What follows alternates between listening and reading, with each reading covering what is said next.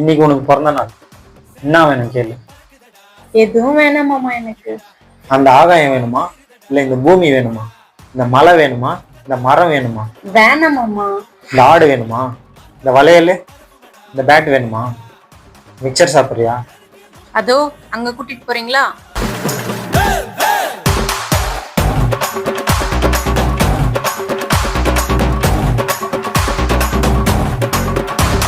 சேவற்கொடி பறக்குதடா, சேர்ந்து இடி இடிக்குதடா, வேலும் படி ஏறுதடா, வேலையா